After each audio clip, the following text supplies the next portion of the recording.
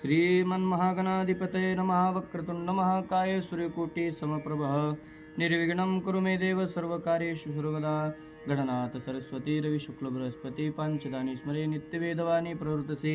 शान्ताकारं भुजगशयनं पद्मनाभं सुरेशं विश्वाधारं गगनसदृशं मेघवर्णं शुभांगं लक्ष्मीकान्तं कमलनयनं योगिभिर्ध्यानगम्यं वन्दे विष्णुं भवभयहरं सर्वलोकैकनाथम्। अलंकापुरे पुण्यभूमी पवित्र तिथे नांदतो ज्ञानराजा सुपात्र तया ठविता महापुण्यराशी। नमस्कार माझा श्री सद्गुरु ज्ञानेश्वरासी। विठो पंढरी भूमी वैकुंठ केले सदा सासवे तू करावयासी गेले। सदा रंग इच्छिती साधू संत नमस्कार माझा तुला पांडुरंग। गुरुर्ब्रह्मा गुरुर्विष्णू गुरुर्देवो महेश्वरः गुरुर्साक्षात् परब्रह्म तस्मै श्री गुरुवे नमः। इति श्री श्रुते वक्ताय नमः। श्री रुक्मिणी पांडुरंगाय नमः। पुंडलिका वरदे हरी विठ्ठल श्री ज्ञानदेव तुकाराम। पंढरीनाथ भगवान की जय। प्रभु रामचंद्र भगवान की जय। पवनसुत हनुमान की जय। श्री गणेशाय नमः। श्री सरस्वते नमः। श्री गुरुभ्यो नमः। कपि पुरुषार्थाति प्रचंड राक्षसाचे बळबंड प्रताप एकता काळी तोंड लज्जा वितंड लंकेशा। जेने पंढरी सारिखाची आपुला धामन गाव केला वैकुंठधिपती विठ्ठल सखा स्वयरा जोडियेला। जो का भूतळवटी भक्त विरक्त विख्यात हा बोधला त्या श्री संत मानकोजी चरणी साष्टांग मी घातला। कथेचं अनुसंधान पाठीमागच्या अध्यायामध्ये रावणाचे 5 प्रधान आणि त्या 5 प्रधानांनी रामचंद्राची निंदा केली। निंदा केल्याबरोबर बिभीषण महाराजांना राग आला आणि बिभीषणजी उठल्याबरोबर हनुमंताच्या पुरुषार्थाचं वर्णन भर सभेमध्ये बिभीषणाने केलं। त्याच्यामुळं राक्षसांचं जे बळ होतं ते बिभीषणानं बोलण्यातून संपवलं गेलं। अधोवदन झाले आणि खाली माना घालून राक्षस बसले। हनुमंताचे अति प्रबळ बिभीषणाने वानिले बळ तेने राक्षसे सकळ तळमळ पै करीती। हनुमंताच्या आघात पुरुषार्थाचं वर्णन बिभीषणजीनं भर सभेमध्ये वर्णन करून दाखवलं। त्याच्यामुळे एक राक्षस त्या सभेमध्ये उपस्थित असलेला राजा रावणाच्या सभेमध्ये बसलेला एक राक्षस बिभीषणाच्या बोलण्यानं तळमळ करू लागले, लाजा वाटू लागल्या। राक्षस सेनानी प्रधान उगे झाले ही नदीना सभा समस्त लज्जायमान म्लान वदन दशमुख। आणि बिभीषणजीच्या बोलण्याचा प्रभाव एवढा झाला त्या सभेमध्ये राजा रावणासहित त्या इंद्रजितासहित एक रक्षोगण एक प्रधान एक सेवक बिभीषणाच्या बोलण्यावरती दुःखी झाले। त्यांना स्वतःची लाज वाटू लागली, खाली माना घालून बसले। हे ऐकून हे देखून इंद्रजित कोपे झालाचे कृतांत बिभीषण अशी बोलत निज पुरुषार्थ वर्णोनी। आणि अशा प्रकार ज्यावेळेस सभा तटस्थ झाली कोणीच काही बोलायला तयार नव्हतं त्यावेळेस राजा रावणाचं मोठं पोरग इंद्रजित अतिशय रागानं तप्त झालेला आहे। लाल भडक डोळे झालेले आहेत। क्रोधावेश त्या इंद्रजिताला आलेला आहे। तो सभेमध्ये उठला, बिभीषणाला समोर लक्ष केलं आणि बिभीषणाला पाहून रागानं इंद्रजित काय बोलतो। इंद्रजित बोले कोपाय मन काकाजी तू तव धर्म संपन्न बुद्धी प्रज्ञापन्न एकनिष्ठ वचन कादासी। आणि इंद्रजितानं बोलायला सुरुवात केली, काकाजी अहो तुम्ही कसे आहे, धर्म ज्ञान संपन्न, अहो तुम्ही विवेकी आहेत, ज्ञानी आहेत, धर्मार्थ जाणणारे तुम्ही आहेत. मग इथं राजा रावणाच्या सभेमध्ये तुम्ही युवराजा आहेत आणि ते शत्रूच्या पक्षाचं वर्णन तुम्ही या सभेमध्ये का करताय? इंद्रजित बोलू लागला, हिंदोनी सेना निरक्षगण निर्भत सोनिया प्रधान राम लक्ष्मणाची अंगवन परम दारुण वाणीसी. अहो काकाजी, तुम्ही आमच्या एक सैन्याची निंदा केली, प्रत्येकाची नावं घेऊन त्याची निंदा केलेली आहे तुम्ही. आणि आमच्या सैन्याला बघा आता इंद्रजित आमचं आणि तुमचं करायला लागलाय. याचा अर्थ आता विभीषणाला पाठवायचंय, लंकेमधून हाकलून द्यायचंय. त्यामुळं अहो आमच्या सैन्याची एका रक्षकाची तुम्ही निंदा करायला आहात. आणि कोणते राम लक्ष्मण कुठले त्यांची तुम्ही स्तुती कौतुक या सभेमध्ये का करायला आहात? काकाजी सांगा. उद्देशून एक तुवा निंदिले आमुचे कटक श्रीरामाची आगळी का अत्यंतिक वाणी सवी. अहो काकाजी, एक राक्षस एक रक्षगण सेनानी याची तुम्ही निंदा केलेली आहे. प्रत्येकाची नावं घेऊन प्रत्येकाला उद्देशून टोचून तुम्ही या भर सभेमध्ये बोललात. आणि त्या राम लक्ष्मणाची जी काही अंगवण आहे, प्रताप आहे, त्यांचंच वर्णन तुम्ही या सभेमध्ये का करायला? काकाजी सांगा. तू तव प्रबुद्ध प्रज्ञा युवराजाचे महिमान रायाचे खोचले अंतकरण ऐसे कठीण का वदसी. इंद्रजित बोलू लागला, अहो काकाजी, तुम्ही धर्म ज्ञान विवेकी संपन्न आहात आणि ह्या संपूर्ण राज्याचे या देशाचे लंकेचे तुम्ही युवराज आहात. युवराज पद तुमच्या हातामध्ये आहे. अहो युवराज पद म्हणजे सामान्य नाही, प्रति राजा असतो. राजा जर कुठं बाहेर गेला तर सगळी जिम्मेदारी युवराजाची असते. आणि एवढं मोठं पद तुमच्याकडे आहे, मग राजा रावणाचं मन दुखेल, त्याच्या अंतकरणाला लागेल अशा प्रकारचं वचन तुम्ही या सभेमध्ये का बोलतात? काकाजी सांगा. पाटी थापटिल्या येडका आधी कहाणी चारी थडका तरी तैसे सेनानी सैनिका सन्माने देखा तू द्यावा. अहो काकाजी, तुमचं काम आहे, तुम्ही युवराज आहात. येडक्याच्या पाठीवर जर थाप टाकली तर ती पाठीमाग सरून पुन्हा अंगावरती येतं आणि मारायचा प्रयत्न करतं. तसं अहो सैनिकांनी जरी तुमच्यावरती हात उगारला, बोलले, मारले, तरी तुमची पाठ थापटायची असती, त्यांना ओंजरायचं गोंजरायचं असतं, ते तुमचं काम आहे. तशा पद्धतीने ही सगळं बाजूला ठेवलं आणि त्या राम लक्ष्मणाचं का कौतुक करताय? सांगा. राजा तुझा ज्येष्ठ बंधू तू अति कनिष्ठ वदसी वादू तेने युवराज संबंधू अति विरुद्ध वाढला. अहो काकाजी, राजा रावण ही राजा नंतर आहे, आधी तुमचा मोठा भाऊ आहे. मग मोठ्या भावाला त्याचं मन दुखेल असं तुम्ही का बोलताय? राजा रावण ही तुमचा ज्येष्ठ बंधू आहे, अधिक तू लंकेचा राजा आहे आणि तुमच्याकडे युवराज पद आहे. मग असं एवढं सगळं सुव्यवस्थित चांगलं असताना सुद्धा तुम्ही राजा रावणाबद्दल का बोलताय?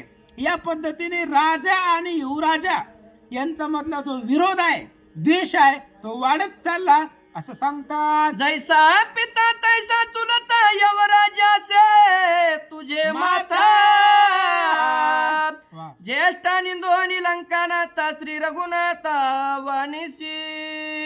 अहो काकाजी, जसा पिताय तसा चुलताय माझ्यासाठी. मला जसा माझा बाप राजा रावण आहे त्याच पद्धतीने त्याच समान तुम्ही चुलते आहात. म्हणून मला जास्त तुम्हाला बोलता येत नाही, तुमचा अपमानास्पद मला बोलता येत नाही. जेवढा मान माझ्याकडून राजा रावणाला आहे बाप म्हणून, तेवढाच सन्मान तुम्हाला सुद्धा आहे.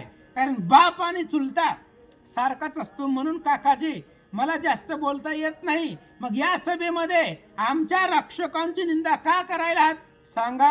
आमुचा एक रक्षगण करीला दोघाचे भक्षण यासी काही शरणांगुण राम लक्ष्मण ते किती. इंद्रजिताने सांगितलं, अहो काकाजी, आमच्या राक्षसाची सैनिकाची ताकद तुम्हाला माहिती नाही. आमचा एक एक रक्षोगण करील राम लक्ष्मणाचे भक्षण, तेथे कायसे रणांगण. अहो, रणांगण युद्ध करायची गरजच नाही. आमचा एक कुणाला बी एकाला जरी पाठवलं राम लक्ष्मणाला खाऊन टाकतील एवढी ताकद आमच्या सैन्याकडे आहे. इंद्रजित बोलू लागला. वलयांकित राजोक्ती यज्ञ भोगिता मरपती, तो म्यानिला सेक्षिती लंके प्रती कामारा. अहो काकाजी, यज्ञ केल्यानंतर न प्राप्त होतं ते अमरपद, इंद्रपद. आणि अशा प्रकारचं इंद्रपदावर जो राजा आहे इंद्र, त्या इंद्राला मी गळ्याला बांधून लंकेमध्ये कामाला आणलेला आहे. आणि अशा प्रकारचा इंद्र देव त्याला आमच्या इथं कामाला ठेवलेला आहे. एवढी ताकद माझी आहे. इंद्रजित बोलू लागला. आसडोनी ऐरावती आरडत पडला सेक्षिती, दात उपडोनी घेतला हाती त्रिजगती चळी कपे. अहो काकाजी, तुम्हाला माहिती नाही का, समुद्र मंथनामधून 14 रत्न निघाली होती. आणि त्या 14 रत्नापैकी ऐरावत नावाचं एक रत्न आहे. ऐरावत रत्न थोरट ते असणारं रत्न आहे. आणि समुद्र मंथन ज्या वेळेस केलं होतं, ब्रह्मशाप इंद्रासी झाला, रत्न समूह सागरी पडला. समुद्र मंथन आरंभ केला, देवी दैत्य मेळा मिळवणीया. युद्धकांड अध्याय 50. आणि अशा प्रकारे समुद्र मंथनामधून निघालेला ऐरावती आहे. त्या ऐरावतीचा दात पाडून हातामध्ये घेतलं आणि त्या ऐरावती बरोबर युद्ध करून त्याला जिंकलेला मी इंद्रजित आहे, असं तो बोलू लागला. माझी ऐकताची हाक चुलगणा एका एक, अवघे पडत अधोमुख जेवी कारंकती दिन. अहो काकाजी, माझी हाक जरी ऐकली, मी बोललो तरी असणारे सगळे राम लक्ष्मण जे काही शत्रू आहे, ती शत्रू नुसती हाक जरी मारली तरी ते थर थर थर कापत आहेत, मला घाबरतायत. अहो, एका आवाजामध्ये तिन्ही देवतांचा राजा असणारा इंद्रदेव, तो इंद्रदेव आपल्या शब्दाच्या बाहेर जात नाही. आणि त्या राम लक्ष्मणाचं काय आहे, इंद्रजित बोलू लागला. इंद्रा सहित मरकोडी, ते म्या घातले बांधवडी, ते काही से रामाच प्रौढी सायमाकडी वनिशी. इंद्रजिताने सांगितले, अहो काकाजी, इंद्रदेवा सहित 33 कोटी देव मी तर कामाला ठेवलेत महाराज. नवग्रहाची करोनी पावटी, आग्नी धूतसे मळकटी, विघ्नहार घेऊन या काठी, रासबा पाठी राखणा. अशा प्रकारची कामं नेमून दिलेली आहेत. 33 कोटी देव लोक आमच्या आज्ञेमध्ये आहेत. त्यांचा राजा इंद्र, त्या इंद्राला 21 वेळा गळ्याला बांधून लंकेमध्ये कामाला आणलेला आहे. एवढी ताकद माझी असताना तुम्ही आमची निंदा का करता सांगा. अंगद सुग्रीव हनुमंत, नळ नीळ जांबुवंत, राक्षसा भय हे समस्त, दाता दात न लागता. अहो काकाजी, ज्या राम लक्ष्मणाचं सुग्रीव हनुमंताचं वर्णन तुम्ही आता जे केलं, पाठीमागच्या अध्यायामध्ये जे हनुमंताचं वर्णन तुम्ही केलेलं आहे, राम लक्ष्मणाचं केलेलं आहे, हे आमचं भक्ष्य आहे. भक्ष्य म्हणजे खाद्य. आम्ही त्या राम लक्ष्मणाला खाऊन टाकतो, कोशिंबिरी सारखं वानराला खाऊन टाकतो. आणि काय तुम्ही ते असणारे सुग्रीवन हनुमंतन त्याचं वर्णन करून सांगायला, असं इंद्रजित बोलू लागला. मनुष्यामचे आहारी, वानर तव कोशिंबिरी, त्यासी कायसी झुंजारी, क्षणा माझारी करीना. अहो काकाजी, मनुष्य म्हणजे आमचा रोजचा आहार आहे. माणसं म्हणजे आमचं खाद्य आहे. काटे दे कोणी फणस असे, खाणारासे भय नाही.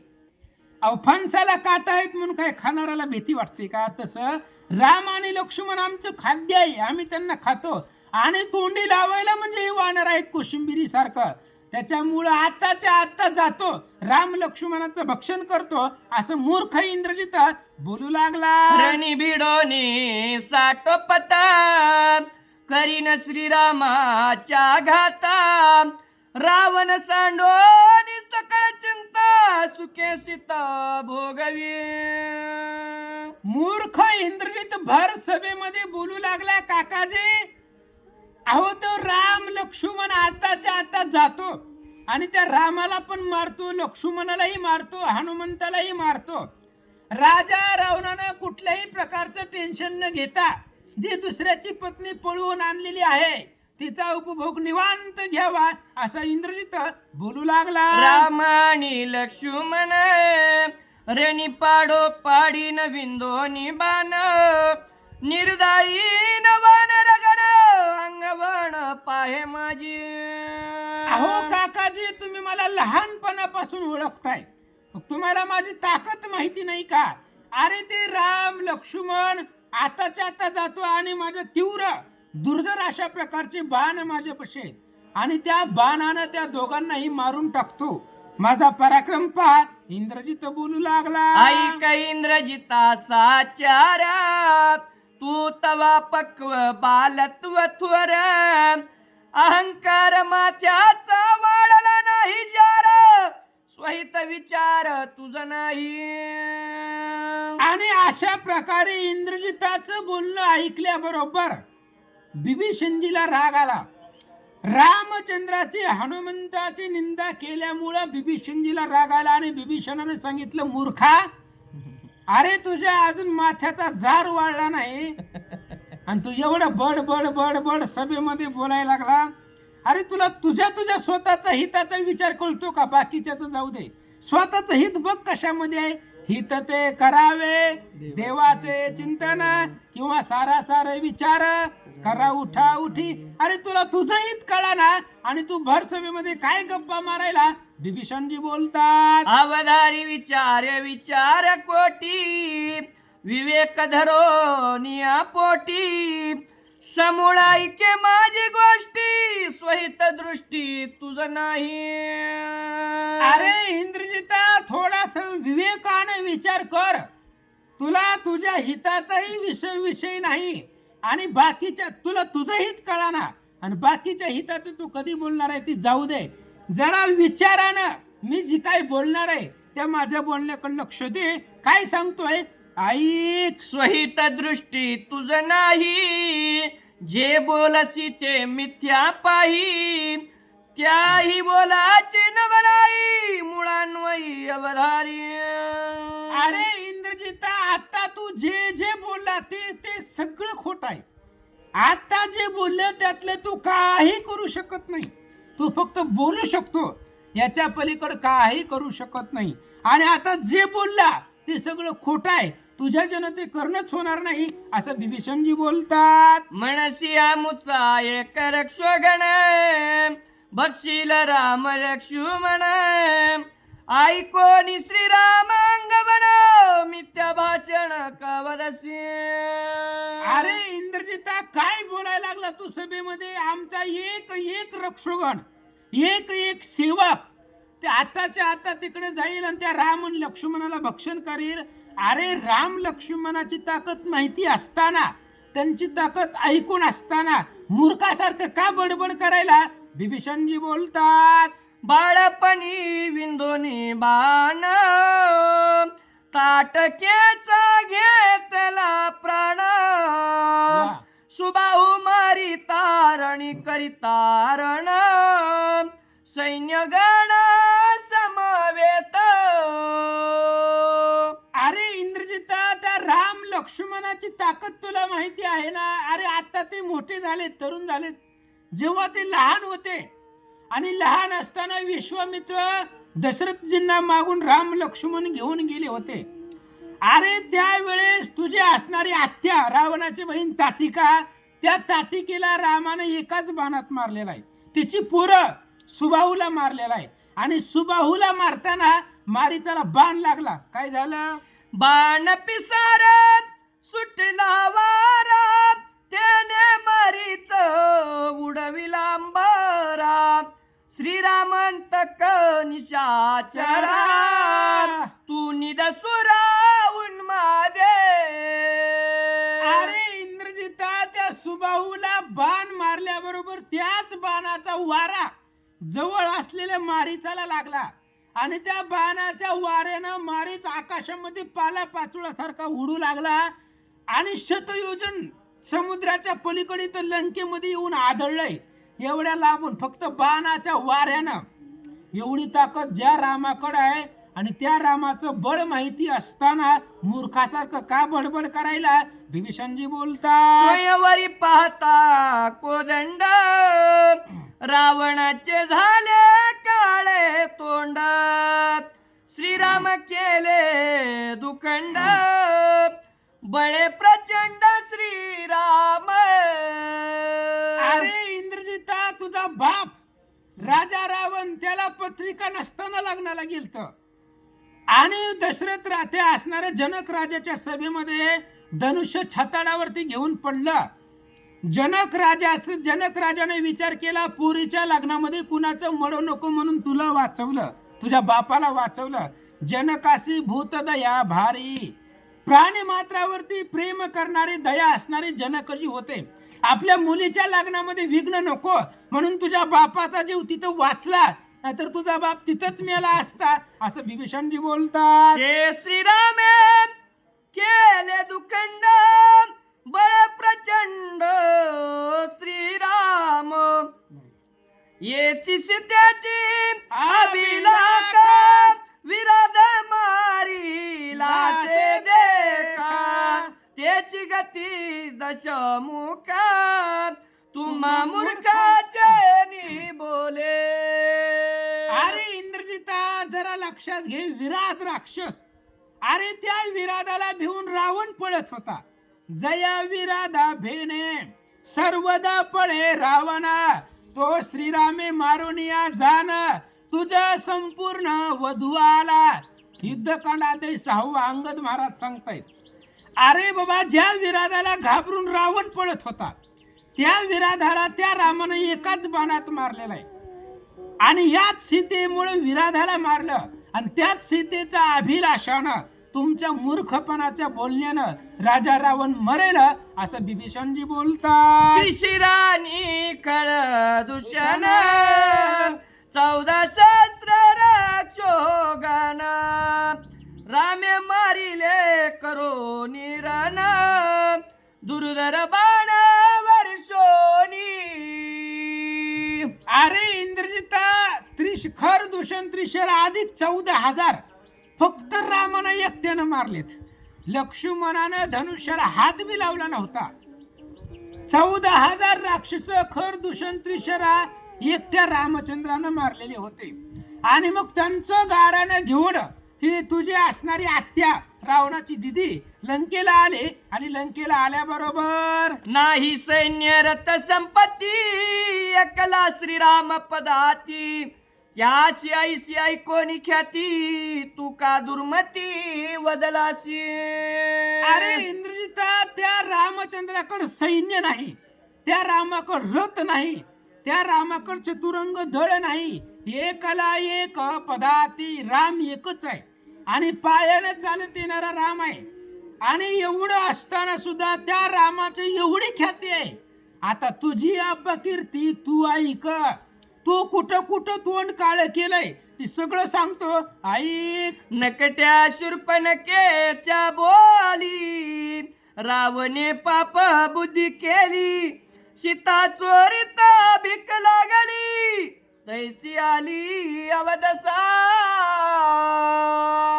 अरे इंद्रजिता, तुझी आत्या ती रावणाची दिदी नाक नकट करून लक्ष्मणानं नाक अन कान तिचं कापलेलं आणि नकट नाक घेऊन लंकेला आली राजा रावणाकडं आणि नकटीच्या भोला बुलला राज्य सोडून भिकारी झाला.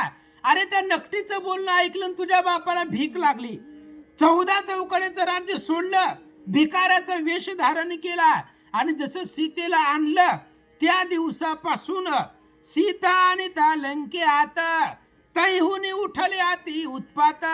अखय आदी राक्षस समस्त जेव्हापासून सीतेला आणलं त्यापासून आऊदशेनं तुझ्या बापाबरोबर रावणाबरोबर वरून घेतलं, लग्न केलं, असं बिभीषणजी बोलतात. चोरावया परनारी राजानी होय भिकारी, वा. जळो ते वाटिवेचे थोरी निर्लज्ज भारी तू एक. अरे इंद्रजिता, ते असणारी जाऊ दे, तुझं बी जाऊन तुझा बाप असणारा राजा रावण तोही तसाच आहे. अरे परस्त्रीचं अपहरण केलं, एक मंदोदरी सोडले तर 80,000 त्यानं उचलूनच आणले. बाप लेकाचं असंच आहे, चांगलं दिसलं की उचलून आणायचं.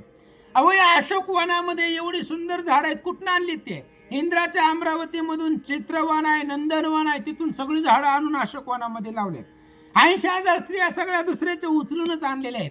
आणि अशा प्रकारचा तुझा बाप पापी निर्लज्ज आहे असं बिभीषणजी बोलतात. तुझी वाटीवा लंकानाता मरण देवोनी मारीच माता, छळोनी सुमित्रेच्या सुता चोरोनी सीता पडाला.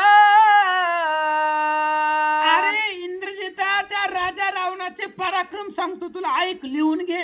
त्यानं कुठं कुठं काय काय पराक्रम, कुठं कुठं तोंड काळं केलंय. अरे स्वतःवर आलेलं मरण त्या मारीचाच्या डोक्यावरती दिलं. मारीचाला हरणाचा वेश घ्यायला लावला.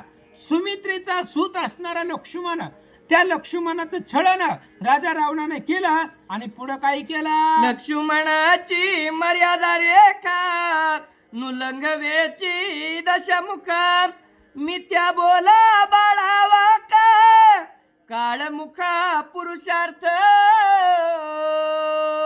अरे त्या राजा रावणाला लक्ष्मणाची रेष ओलांडता आली नाही.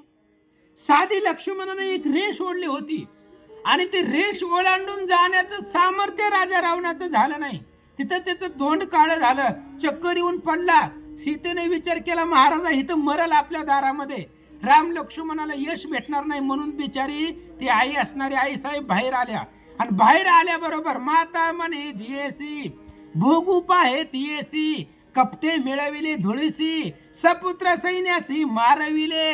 अरे ज्या स्त्रीला आई म्हणून हाक मारली, आज तिच्यापासून भोगाची अपेक्षा ठेवणारा दुष्ट राजा रावण आहे. बिभीषणजी बोलतात. जटायुसी करितारण रावणे दाती धरिले तृण, वा. त्यासी मारिले करोनी छळन, पापी पूर्ण तुम्ही एक. बिभीषणजीनं सांगितलं, तुम्ही इथं बसले सगळेच पापी आहेत, राजा रावणासहित सगळेच. अरे ते असणाऱ्या सीतेला घेऊन येत असताना जटायू धावला आणि जटायूनं ते असणाऱ्या राजा रावणाबरोबर युद्ध करत असताना राजा रावणानं दातामध्ये तृण गवत धरलं, सीतेला सोडून दिलं होतं. एवढा त्या पाखराचा मार जबरदस्त राजा रावणाला लागत होता. चोरी मारी पापी परद्वारी, इतुके रावणाचे शिरी, येथे तुझे श्रेष्ठत्व भारी, बाजीगिरी जैसी विद्या. अरे इंद्रजिता, चोरी मारी पापी परद्वारी, एवढी पाप तुझ्या बापाच्या डोक्यावरती आहेत. राजा रावणाच्या मस्तकावरती एवढी पाप आहेत. आणि तुम्ही सगळी पापी असताना नसलेल्या बळाचा अवंक आणून व्यर्थ बडबड करायला लागला या सभेमध्ये, मूर्खासारखं बोलायला, असं बिभीषणजी बोलतात. मनसी जिंतीला ऐरावती आणि जिंतीला अमरपती, सुरवरासी लाविली ख्याती, श्रीराम प्राप्ती तेनं चाले. अरे इंद्रजिता, तू मगापासून सांगायला लागलाय, पराक्रम तर दोनच केलेत. त्या इंद्राला धरून आणलं आणि ऐरावतीचा दात तोडला. प्रत्येक वेळेला त्याच कौतुक सांगतो, त्याच पुरुषार्थाचं वर्णन करतो. पण बाबा हे बघ, जरी तो त्या इंद्राला धरलं असलं, ऐरावतीचा दात जरी तोडला असला, तरी श्रीरामा प्रती तेन चाले. अरे रामापाशी चालत नाहीये. बिभीषणजी बोलतात. वरुण शक्र ब्रह्मादी ईश, हे श्रीरामाचे अंशानुअंश, हे तू नेनसी बाळ भाष्य जगी जगदीशा श्रीरामा. अरे इंद्रजिता, जगतामध्ये सर्वश्रेष्ठ श्रीराम आहे. तुझी या सत्य संकल्पनेत जगा उत्पत्ती स्थिती अंत ब्रह्मा विष्णू शिव आज्ञा वंदिता ऐसा तू समर्थ श्रीरामा. ऐसा तू समर्थ ब्रह्मांडाचा धनी. अरे जगतामध्ये सर्वश्रेष्ठ भगवान श्रीराम आहे. हे बाकी चंद्र इंद्र वरुण हे सगळे रामचंद्राचे अंशानुअंश आहेत.